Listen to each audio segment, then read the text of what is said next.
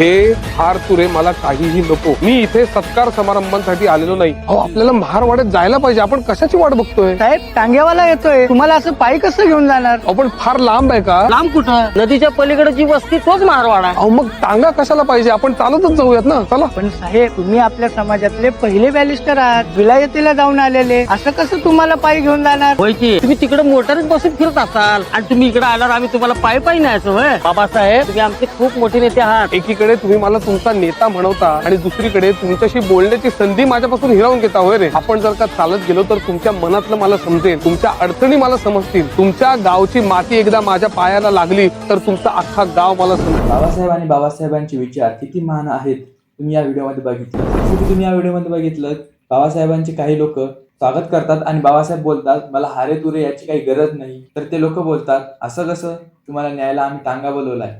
बाबासाहेब बोलतात टांग्याची काय गरज आहे, खूप लांब आहे का? पण ते लोक म्हणतात इथंच आहे. तर बाबासाहेब बोलतात आपण पैदल जाऊया. तर ते लोक बोलतात बाबासाहेबांना की असं कसं, तुम्हाला आम्ही पैदल कसं फिरू? तुम्ही आमच्या समाजातले पहिले नेते आहात की जे बॅरिस्टर झाले आहात. आणि बाबासाहेबांना ते आपल्या वस्तीत घेऊन जातात. ही व्हिडिओ तुम्हाला कशी वाटली कमेंटमध्ये सांगा आणि पुढील व्हिडिओ तुम्हाला कशाबद्दल पाहिजे हे सुद्धा नक्की सांगा. व्हिडिओ आवडल्यास व्हिडिओ लाईक करा. जय हिंद.